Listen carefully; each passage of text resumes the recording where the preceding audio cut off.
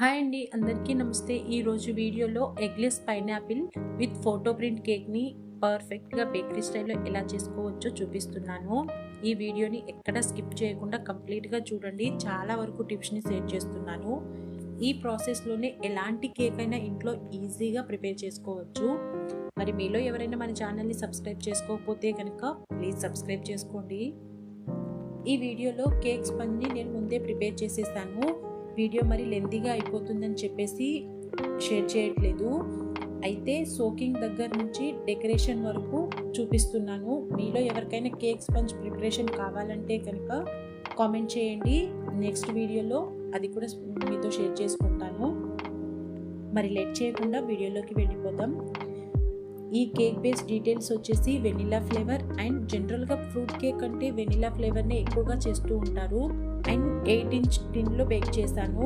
Cake base చాలా స్పంజీగా పర్ఫెక్ట్గా bake అయింది కదా. ఇప్పుడు పూర్తిగా చల్లారిన తర్వాత 3 లేయర్స్గా కట్ చేసుకోవాలి. తర్వాత మిడిల్ లేయర్ని టర్న్ టేబుల్ మీద ఉంచి ప్లెయిన్ వాటర్తో కానీ షుగర్ సిరప్తో కానీ సోక్ చేసుకోవాలి. నేను ఎక్కువగా ప్లెయిన్ వాటర్తో సోక్ చేయడానికే ప్రిఫర్ చేస్తాను. టేస్ట్లో పెద్దగా డిఫరెన్స్ ఏమి ఉండదు, కానీ స్వీట్నెస్ ఎక్కువ తినేవాళ్ళు షుగర్ సిరప్తో వేసుకోండి. సోకింగ్ చాలా ఇంపార్టెంట్. లేయర్ అంతా వాటర్ని స్ప్రెడ్ చేసామో లేదో చేత్తో ట్యాప్ చేసి చూసుకోవాలి. అంతా ఈవెన్గా స్ప్రెడ్ చేసుకోవాలి. ఆ తర్వాతే విప్డ్ క్రీమ్తో క్రమ్ కోటింగ్ చేసుకోవాలి. తర్వాత విప్పింగ్ క్రీమ్ని చూపించే విధంగా సాఫ్ట్ పిక్స్ వచ్చేలాగా బీట్ చేసి తీసుకోవాలి. నెక్స్ట్ ఈ క్రీమ్లో 2 టేబుల్ స్పూన్స్ దాకా పైనాపిల్ క్రష్ని వేసుకోవాలి. నేను ఇక్కడ యూస్ చేసే క్రష్ కంపెనీ ఏంటంటే మాలాస్ వాళ్ళది. ఇది చాలా బాగుంటుంది, ఎక్కువ రోజులు ఫ్రెష్గా ఉంటుంది. ఇది ఒక బాటిల్ తీసుకుంటే మనం 6 మంత్స్ వరకు యూజ్ చేసుకోవచ్చు. లేకపోతే స్కిప్ చేసేయండి. ఉంటే మాత్రం వేయండి. కేక్ స్పంజ్కి ఈ ఫ్లేవర్ ఎన్హాన్స్ అయ్యి టేస్ట్ చాలా బాగా తెలుస్తుంది. పైనాపిల్ క్రష్ వేసాక ఇదంతా బాగా మిక్స్ చేసేసిన తర్వాత 1/2 ఇంచ్ మందంలో క్రీమ్ని ఈవెన్గా స్ప్రెడ్ చేసుకోవాలి.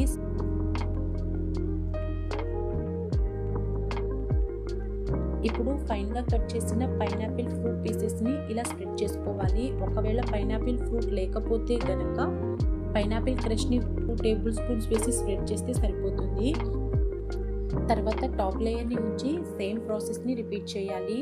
ఫస్ట్ సోక్ చేయడం చాలా ఇంపార్టెంట్. చేతితో ట్యాప్ చేసి చూసిన తర్వాతే క్రమ్ కోటింగ్ చేయాలి, ఇది గుర్తుంచుకోండి. తర్వాత 1/2 ఇంచ్ మందంలో క్రీమ్ని ఈవెన్గా స్ప్రెడ్ చేసుకోవాలి.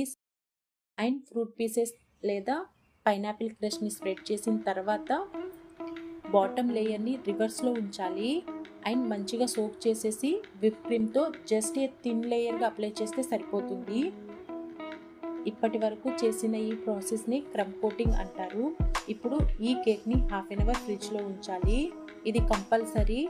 1/2 an hour ఫ్రిడ్జ్లో ఉంచితే కేక్ బాగా సెట్ అవుతుంది.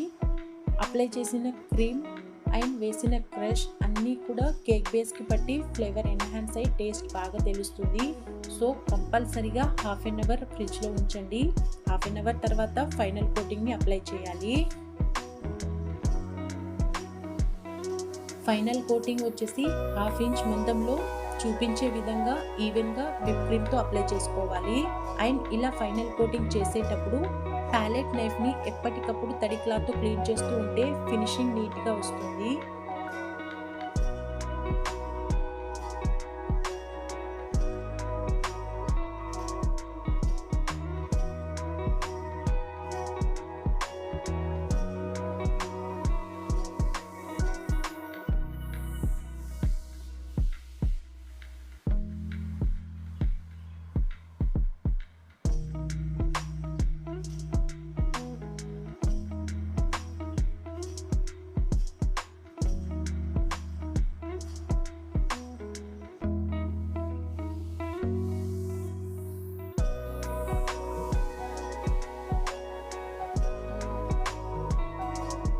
ఇలా ఫైనల్ కోటింగ్ చేశాక లైన్ స్క్రేపర్తో చుట్టూ కూడా డిజైన్స్ ఇచ్చాను, చూడండి చాలా బాగుంది కదా.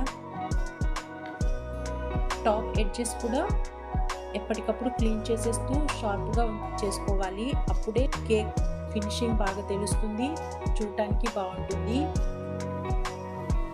ఓ బౌల్ని తీసుకొని అందులో ఇది న్యూట్రిల్ జెల్ అంటారు 2 టేబుల్ స్పూన్స్ వేసుకోవాలి. చేసేది పైనాపిల్ కేక్ కాబట్టి ఎల్లో అండ్ వైట్ కలర్ కాంబినేషన్లో వస్తుంది. So yellow food colour 2-3 dots వేసేసి మిక్స్ చేసుకోవాలి. అండ్ ఈ జెల్ ఫ్లోయీ కన్సిస్టెన్సీలో ఉండాలి.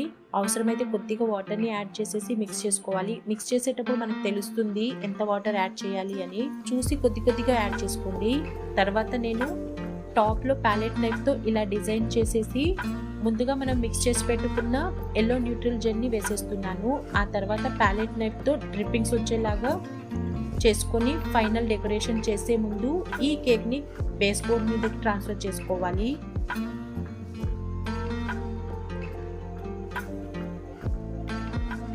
ఇలా జాగ్రత్తగా ప్యాలెట్ నైఫ్తో షిఫ్ట్ చేసేసుకోవాలి.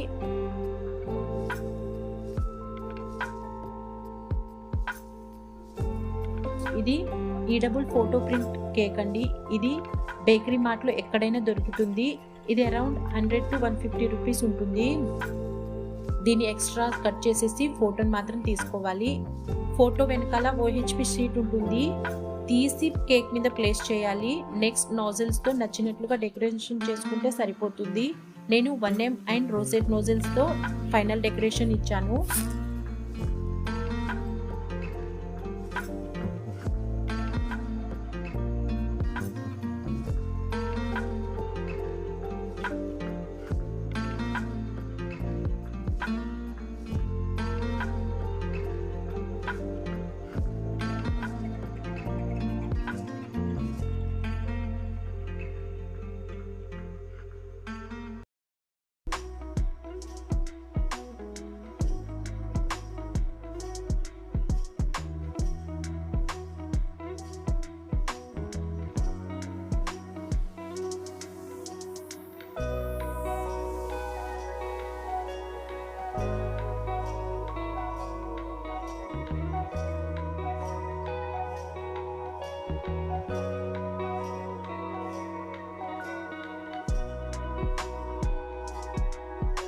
ఫైనల్ లుక్ వచ్చేసి ఇలా ఉంది.